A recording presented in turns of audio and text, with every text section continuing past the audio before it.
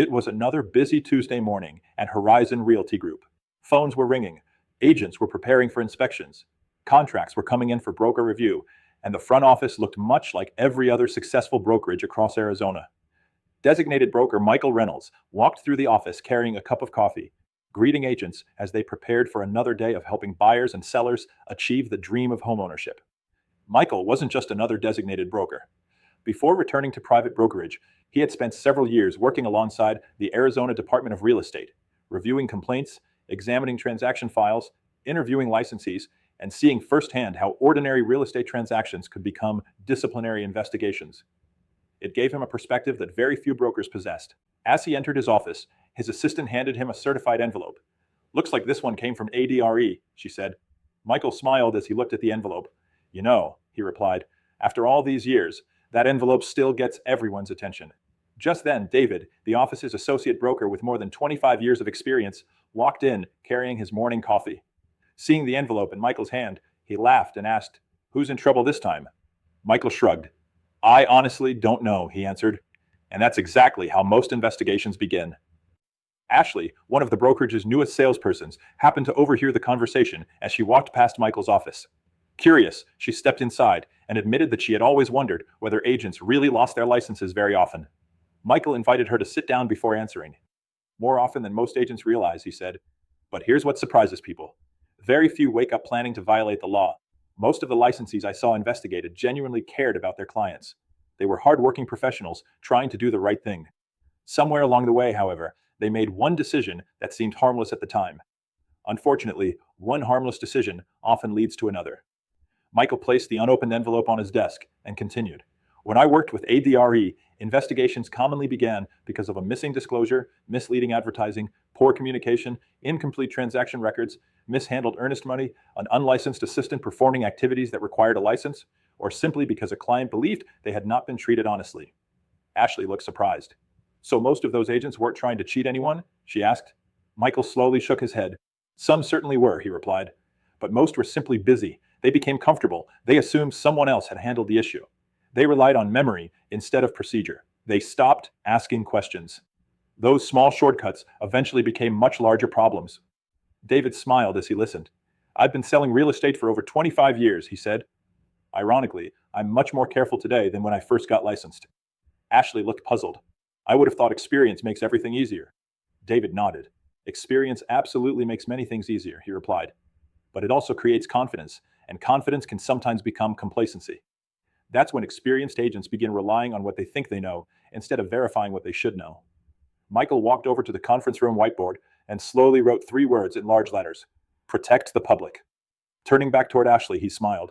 "Those 3 words explain nearly every law, administrative rule, commissioner's standard, and disciplinary case you'll encounter throughout your career." The Arizona Department of Real Estate wasn't created to protect brokers. It wasn't created to protect commissions, real estate companies, or salespeople. Its mission is to protect Arizona consumers. Every investigation, every audit, every education requirement, and every disciplinary action comes back to one simple question: did the licensee protect the public?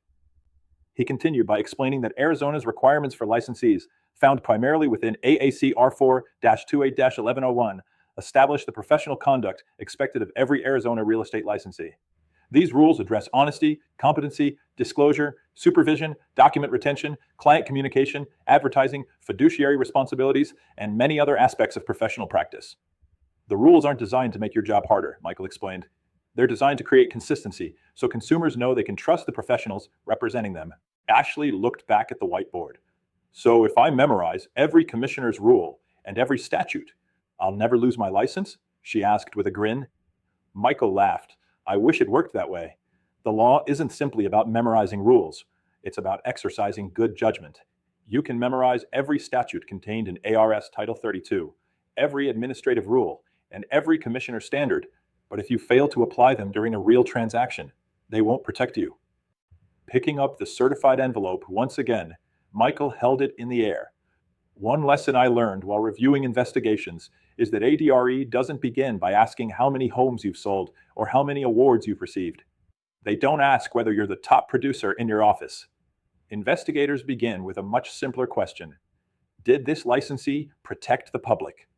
If the answer is yes, many investigations conclude rather quickly. If the answer is no, every decision made throughout that transaction suddenly becomes important. David nodded in agreement. I've always told agents that every transaction file should be prepared as though an ADRE investigator might review it someday. Ashley laughed and admitted that sounded stressful. Michael smiled. It shouldn't be stressful. It should be reassuring. If your disclosures were timely, your advertising was truthful, your documentation was complete, your communication was professional, and your broker properly supervised the transaction, you have very little to worry about. Michael then walked to a filing cabinet and removed a thick binder labeled Lessons Learned. Ashley opened it, expecting to see disciplinary orders.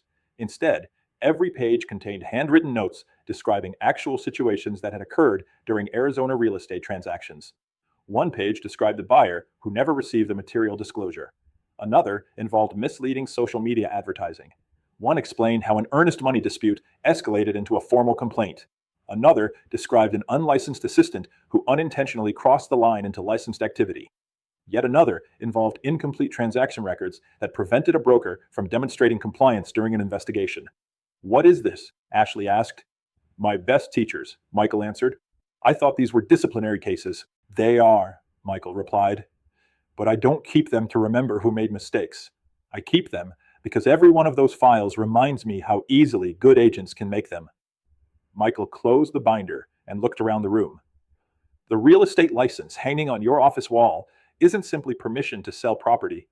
It's evidence that the state of Arizona has entrusted you with helping people make one of the largest financial decisions of their lives. That trust carries tremendous responsibility. Every contract you write, every disclosure you deliver, every advertisement you publish, every conversation you have with a client, and every decision you make either strengthens that trust or weakens it. He smiled before concluding the morning meeting. Over the next 3 hours, we're going to examine many of the most common ways Arizona licensees lose that trust. More importantly, we're going to learn how experienced professionals avoid those mistakes every single day.